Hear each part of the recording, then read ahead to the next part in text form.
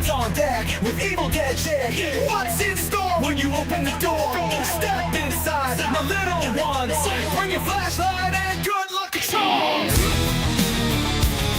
Oh, and good luck charms. Oh, might get dark. It might get scary. Maybe even a little insane. Crawl out from under the bed. Don't be afraid.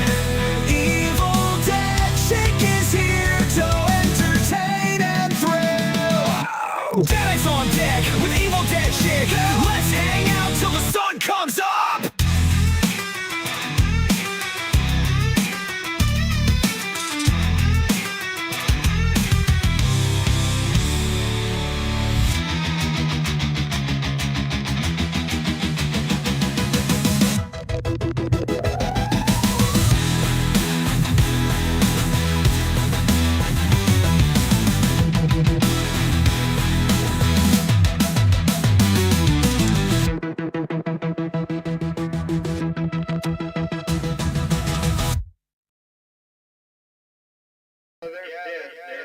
They're all messed up.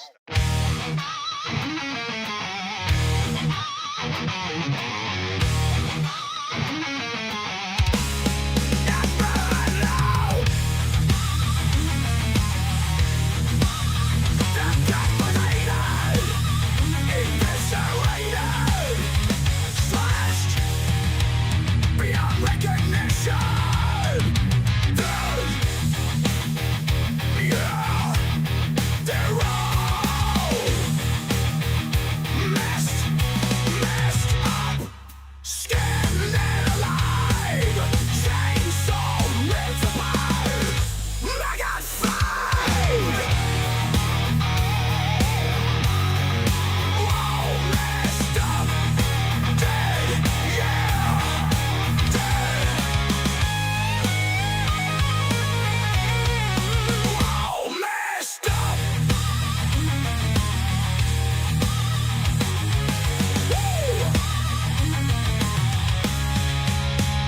Punctured eyes, blocked out, chopped up like firewood. Yeah, they're all messed up.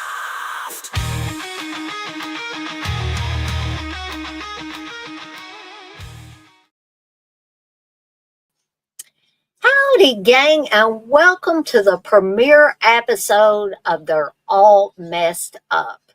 And things are indeed, and people too, are going to indeed be all messed up as far as what I'm going to be talking about. Because what this is going to focus on is slasher films from 1970 to 1989. I'm going to try to cover as many as I can, as humanly possible. They're going to be 2 per show. And this week, it's going to be Carnival of Blood from 1970, not to be confused with Molesta's.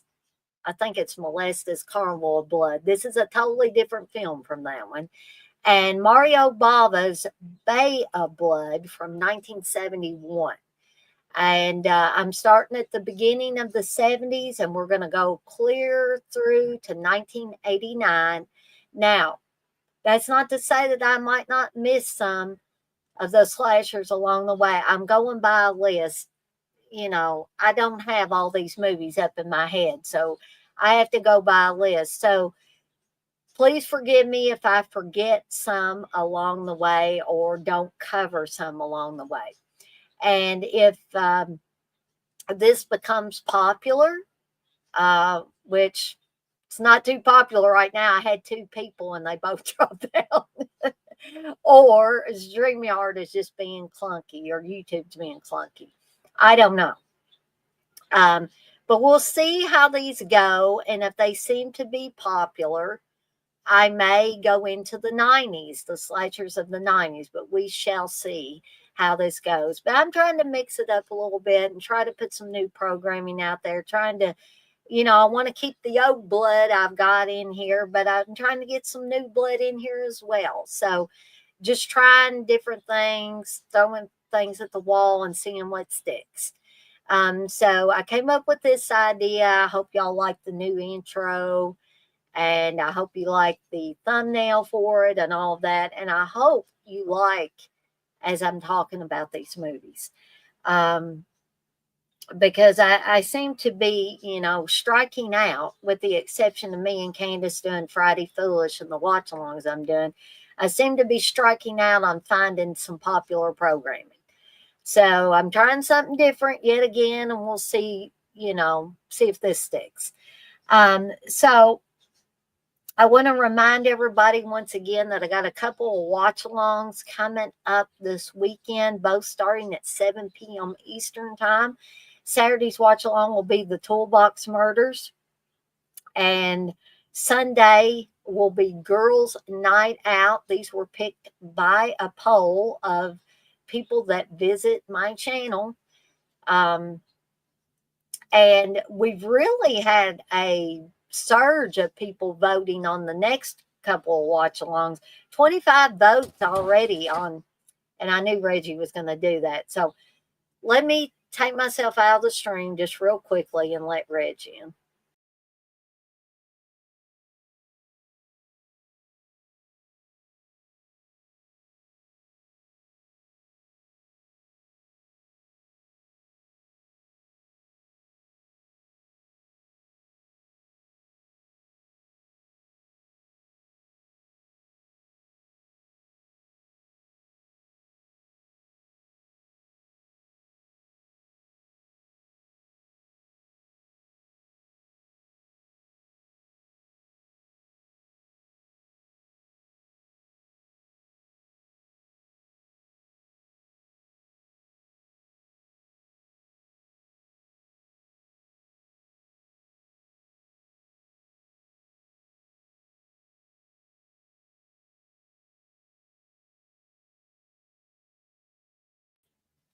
Okay, so I'm back. Hopefully, I won't have to go away again. But like I was saying, I was talking about the couple of movies I got coming up for watch alongs. And I wanted to express my gratitude for you guys really jumping on the bandwagon and voting for the next couple. 25 votes on one of them. So people really, jumped all over that. And I'm glad that y'all are enjoying the ability to vote on these upcoming watch alongs. I should have another Soup and Jowls that should be dropping at some point this weekend. Me and Steve should be doing a Highway to Hell for the Monkey. So stay tuned for that. And also, I'm going to try my hardest to get that movie Munchies for the gory bleeding heart cakes out at some point this weekend as well. So without further ado, let's go ahead and get started before I keep losing people with the movies at hand. Now, what I am attempting to do with this show is to break down the different kills in each of these slasher movies. And I will tell you how many total kills, because I'm not only watching the movies for the content or rewatching the movies for the content, I'm watching them or rewatching them to break down the kills for you. Okay. So I will also be reviewing the films, especially if it's one that I haven't seen before. So the first film, Carnival of Blood, was released in 1970, directed by Leonard Kirkman, and starring Burt Young under the name John Harris, I believe. I don't know. I guess he had his reasons for going under a different name, but it's clearly Burt Young, and it was Burt Young in his debut role, okay, as a mentally handicapped man who also seems to have scars on his face as well. Um, and he is like a friend and assistant to this guy that works at a carnival, at a booth where, you throw the darts and you pop the balloons. And if you pop at least 2 balloons, if you pop 3, you get a big teddy bear. If you pop 2, you get a little bit smaller teddy bear. So, yeah, this thing is cheesy, extremely low budget. The kills are not very believable. Um, but, it was fun to sit down and watch something that I hadn't seen before. A lot of these slasher films that I'm going to be talking about during this series are going to be ones that I've watched probably hundreds, maybe even thousands of times before.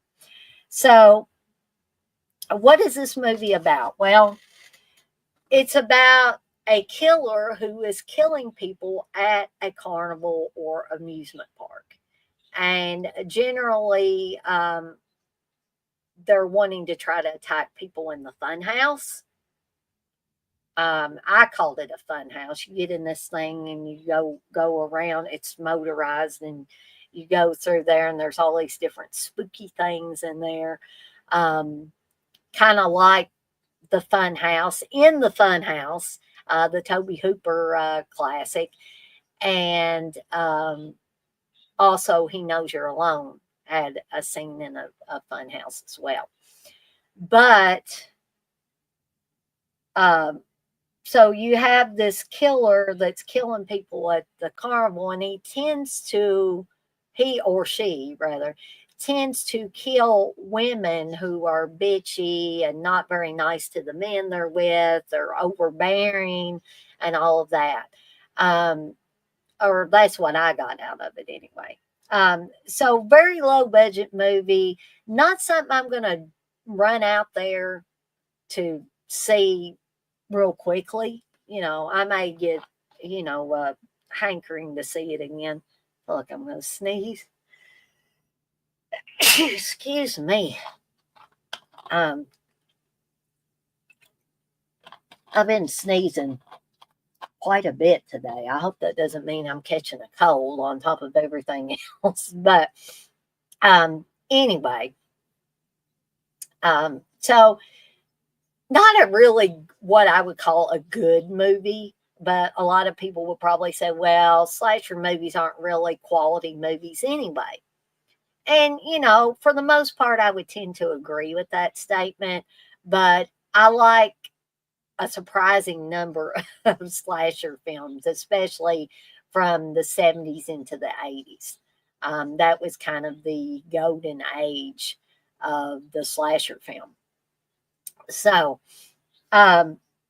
what kind of kills do we have in this? Like I said, they're not very elaborate. They're not very believable or realistic, which might be a great thing for people. So we have a woman that's beheaded in the fun house when the little cart comes out of the fun house doors, and everybody's watching to see how people had reacted to being in the fun house. Her head just falls off, and the guy she's with starts to vomit. So you have the additional vomit effect on top of the woman's head falling off. And that was probably for me the best effect. I was like, yeah, that's not too bad. Then you have a woman stabbed in the stomach and her intestines pulled out.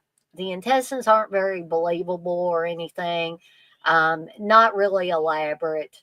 This is like Blood Feast type of special effects. A woman's eyes are torn out, and she's beaten in the face with a brick or a rock. Then you have a man stabbed in the stomach. That's pretty standard. And then at the end, near the end, a man is hit by a car, which gives a total of 5 kills to this film. And I may, in succeeding episodes of They're All Messed Up, I may try to have a kill count, kind of like Student Bodies. If anybody's ever seen Student Bodies, you know what I mean by a kill count. It goes ding, ding, ding, and shows the number of people that have been killed so far in the film. But that's yet to come. This is just my first episode. So those are the breakdown of the kills in Carnival of Blood from 1970. So, what rating would I give to this? Well, let's see here, shall we? Um, Not a very good film, so I'm probably going to give this one a 2 to 2.5. Like I said, this is not going to be a film that I envision myself um, watching, again, really soon. It was good for a one time watch, but just not something I see myself going back to frequently. Okay. So moving right along is Mario Bava's Bay of Blood from 1971. I do actually have a physical copy of that as a visual for you. Um, People that like Jallos will enjoy this. I had heard that Mario Bava, this doesn't really seem to be in Mario Bava's wheelhouse. I cannot talk today. Um, and I had heard through the rumor mill that Mario Bava didn't really direct this, um, that someone else did. And uh, because I had never seen Mario Bava really make a movie like this that was quite that gory and bloody. So I tend to believe that probably Mario Bava didn't direct it, or he didn't direct much of it. Uh, this had a larger number of kills in this one, with a total of 13, which brings me to the many similarities that Bay of Blood has with the Friday the 13th series, in particular, Friday the 13th Part 2. Somebody connected with Friday the 13th Part 2 had to have seen Bay of Blood, also known as Twitch of the Death Nerve, um, because I could tell anybody, if you put those two movies side by side, you would see some distinct similarities. I challenge anybody to either watch them side by side or watch Bay of Blood and then turn right around and watch Friday the 13th Part 2 and tell me I'm crazy that I don't see these similarities. Okay. I mean, there were 13 kills. That might be a little bit of a stretch. But let's break down the kills here. Um, but before I get to that, I want to give a little bit of the plot. A rich countess is murdered at the beginning of this film. And then there are several different people that stand to possibly inherit her estate. And the body count does indeed increase as we go along, as more and more people are killed, as these many individuals or these several individuals race to obtain control of the Countess's estate and the bay. Okay. Really, I don't know why anybody would want it. It doesn't seem to be a real plum property, but I, I've been wrong about other things. I could be wrong about this. So that's the basic plot of it. But we don't really watch these movies, or I don't watch these movies for a plot. I watch these movies to see the inventive kills in this, and this had a total of 13 total kills.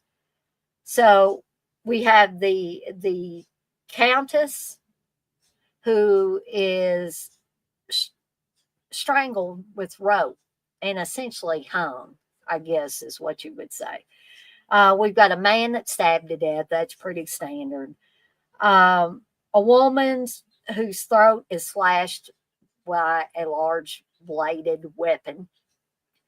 That's pretty standard. Then we get to a young man and woman are skewered with a spear while they're making love. What's that sound like, folks? I think that sounds like a death scene from Friday the 13th Part 2, but I'll leave that up to you guys and gals. We have a man hit in the face with a bladed weapon. Very, very similar again to Mark's death, the wheelchair bound camp counselor in Friday the 13th Part 2. Okay. We have a man who's strangled with a telephone cord. We have a woman that's beheaded with an axe. That is one of my favorites in the film. One of my favorite kills. A woman strangled with bare hands. Again, that's pretty standard. Another man that is skewered with a spear. A man that is stabbed to death. Again, that's pretty standard. And in if you're watching this for the first time around, completely unexpected death of a man and woman who are killed with a gun by their own children. So, what would I give as a rating to Bay of Blood? I love Bay of Blood. I have watched it many, many, many times. And I'm going to give it 5 deadites out of 5. This one is one that I've went back to repeatedly over time. And I could highly recommend it, especially for those of you that like Giallos that maybe have not seen this one. Don't be expecting your typical Mario Bava fare, though. Because, like I said, I fully believe that Mario Bava did not direct this, or if he did, he directed very little of it. Because it just literally does not seem his style. So, I've been on here for about 22 minutes total. I don't intend for these things to be very long, unless there are those of you that would like to join me for some of these, and there are going to be many upcoming. They may not stay as live streams. I would like to, but if the interest just isn't there, where people want to interact as I'm talking about these, they may turn into videos. I don't know just yet. But the next 2 movies, for anybody that's watching, that I will be covering are Black Belly of the Tarantula, that came out in 1971, and Blood and Lace, that also came out in 1971. So stay tuned for that. Friday's probably not going to be the day that I do these all the time. They'll more than likely be on Thursdays at 8 o'clock Eastern time, 8 p.m. Eastern time. So stay tuned for episode 2 of They're All Messed Up. I hope you guys and gals that have been watching along, or those of you that will watch this on the replay, enjoy this. And once again, I'm off like a dirty shirt. This shirt ain't dirty, but I'm off like one. And I want to remind everybody, as I always do, before I get off of here for the evening, to be kind to one another and blaze that trail. Have a fantastic rest of your Friday, folks. And I'll see everybody next time.